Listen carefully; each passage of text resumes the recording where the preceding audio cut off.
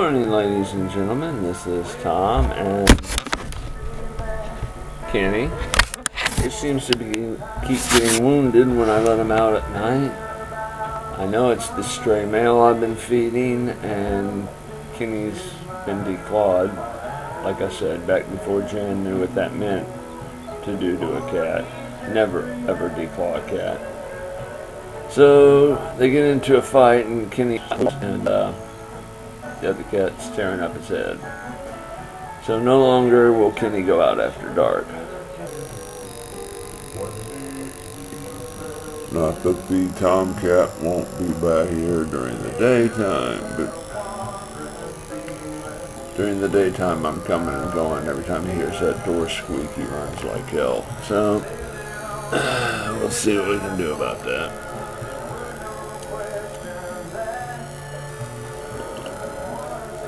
Particularly since now we gotta walk the dogs one at a time. Because it turns out the boxer, at the urging of little sis, has been going across the street to bark at their dogs through the fence. The owner came over yesterday, said he would be calling animal control because one of his dogs is a pit, and he doesn't want the pit to grow up to be a mean pit, at which, dogs aggravating him through the fence, he will become a mean pit. I always say it's not the dog, it's the owner, but in this case it would be the surroundings and not the owner or the dog. And you can't blame him for getting frustrated. He's going to want to bite something. So we now walk all three dogs separately. I've got a collar on little sis, which she wasn't real happy about and refused to go out for her walk after that. She refused to leave her crate. Dempsey has no problem wearing a collar, but they'll all learn. We're going to get them harnesses. Jan gets paid Friday, so she's going to get them all Harnesses, and we need 2 extra leashes. You've seen me walking all 3 of them at one time. The way they used to draw and quarter people was they'd tie one arm and one leg to horses, and then they'd scare all the horses at the same time, and they'd run, and they'd draw and quarter somebody. I don't think the dogs are quite that powerful, but they'll tear all my tendons or something. And there's Kevin, Kenny's brother. And looks like he's making himself at home too. I'm listening to Pandora radio today instead of one of my preset radio stations. Right now I'm on the Jimmy Buffett station. I was on the Jack White station for a little bit, and before that I was on the David Allan Coe station. A lot of Willie Whalen and me kind of music.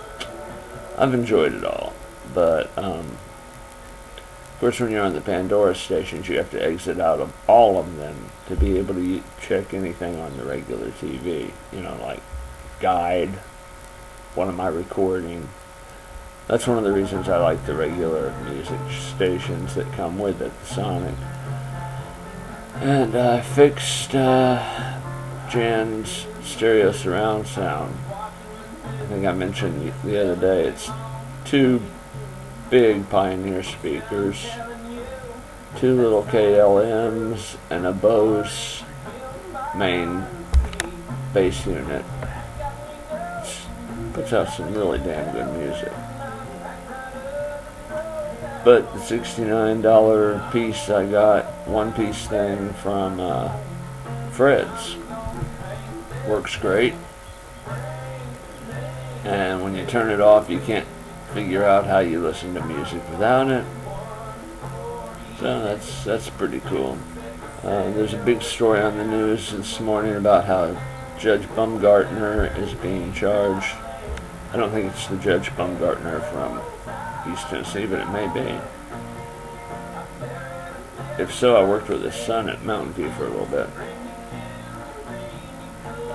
But if it's the one from Knoxville, then he'd have to be a circuit judge as well. But he and his, quote, partner are being sued for misrepresentation.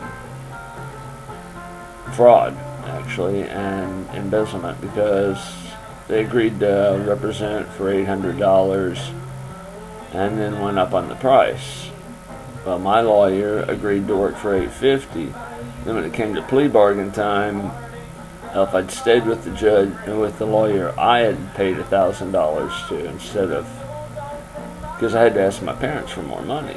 I said, there's a $12,000 check coming to you while I'm in jail. That you'll get $12,000. You can keep my mortgage up, and you can pay this guy the extra $1,000 an hour he requests, which was extortion, because he hadn't. What he did. Well, I'll put it this way: every court-appointed lawyer I've ever had worked harder than he did. So do not get Mark Finley if you're in Montgomery County. But he offered a special deal, and then I got locked up and wound up supposedly 2 for 1 every day. So I should have been out in 3 months. I was out in 5.5. Now, Mr. Meeks, who I asked for the $1,500 more for, we would appear in front of his favorite judge, and he promised me I would get out with time served, time in rehab, and then I should be eligible for my license. I've been driving for,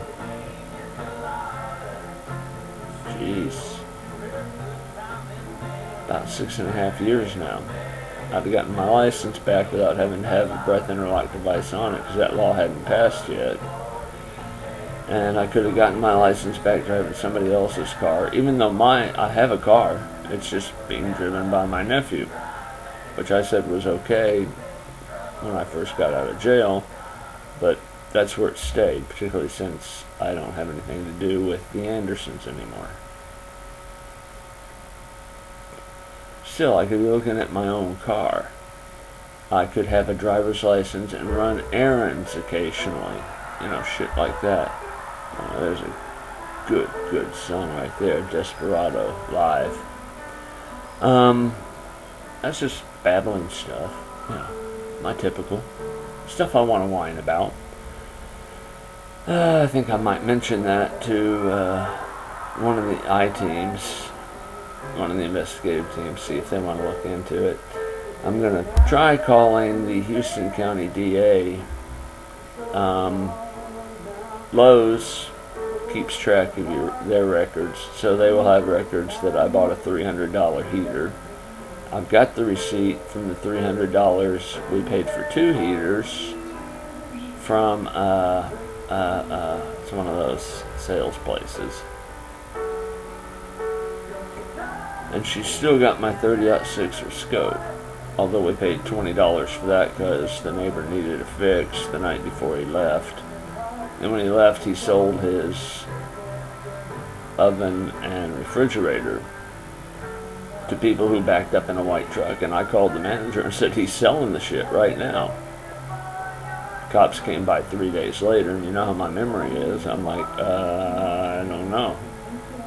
If they'd come over that night, they'd have caught him, and they'd have still had their washer and their oven and refrigerator. Yeah, I did my duty. But the night before, he came and sold his shotgun to my neighbor that I was sitting at, and he sold me the 30-06 with scope, both for $20 each. So apparently he and his wife both wanted a fix, which they could get without leaving the neighborhood. He just big and uncoordinated and not real bright. He would not be a burglar. He could have gone to his parents' house and taken them out of the case, or more likely his parents gave them to him as presents and he sold them. Now, that doesn't mean his parents can't claim them as stolen. But I would have a witness that he was walking around selling them. If his parents said they gave them to him and then reported that they'd gotten stolen, would have him. Plus, I'd have my 30-06.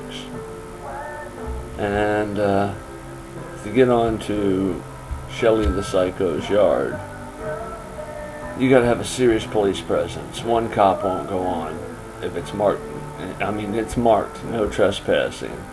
One cop won't go on unless he's got a damn good reason to. And if she's told me to stay off the property, he won't consider it a damn good reason unless the DA signs a warrant. And if the DA signs a warrant, we'll take animal control with us and we'll search her house, which she has, I can tell, 10 dogs in the front room, 2 dogs in each of the cat rooms, 5 or 6 dogs in the kitchen, and she takes 1 dog per walk, for a walk per night. So if you get there before she cleans up all the shit, which is always there, she'll wind up losing all them damn dogs. Plus she'll go to jail for theft over 500. That's felony.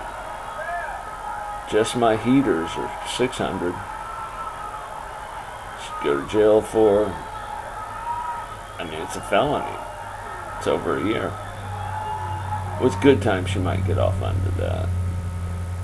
Misdemeanor, it's 1129, most. Felony, it's over a year. But like I said, depends on good time and how bad they need the jail cells. You got DUIs who murdered people and things like that, or you got gangbangers, or you got grand theft larcenies, things like that. They'll kick out the people who are just, theft. They got no choice. They got to put them somewhere. Everybody screams about that all the time, but then everybody screams about putting a new prison in their neighborhood or spending more money on a new prison. Hey, you got to do one or the other. Either let them all go who are not non-violent crimes. You let them all go, or you build more shit. And you build it wherever you have to. That's it, plain and simple. Now in Pikeville, they didn't mind having a prison down there, or the maximum security juvenile facility. They've still got the prison. The maximum security juvenile facility was closed, Taft. And, it's not the kind of place you want to get loose. First off, everybody and their cousin works at the prison, or knows somebody who works at the prison, and the ones that don't used to work at Taft. They all own weapons. And if you get loose in the dark, it's right on the edge of Fall Creek Falls. They call it Fall Creek Falls because there are steep cliffs to fall off of. So you don't want to get loose. And you definitely don't want to get loose in the dark. So all this known criminal crossing my yard, I put some buckshot into him. That's justified. Plain and simple. You can find other counties like that. Morgan County, great for that. That's why they've got a couple prisons up there. Well, I think they closed one of them. The one where they housed James Earl Ray. But I think they closed it for being too old and dilapidated. Just like the one where they filmed The Green Mile and The Last Castle up here in Nashville. That's not far from where I used to work. Nice place. I like it.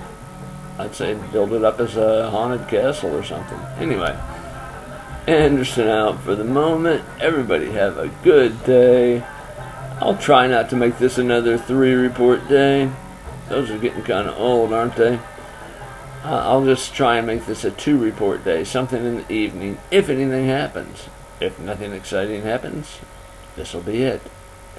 Anyway, I better get off here while it'll still fit on tape. Bye.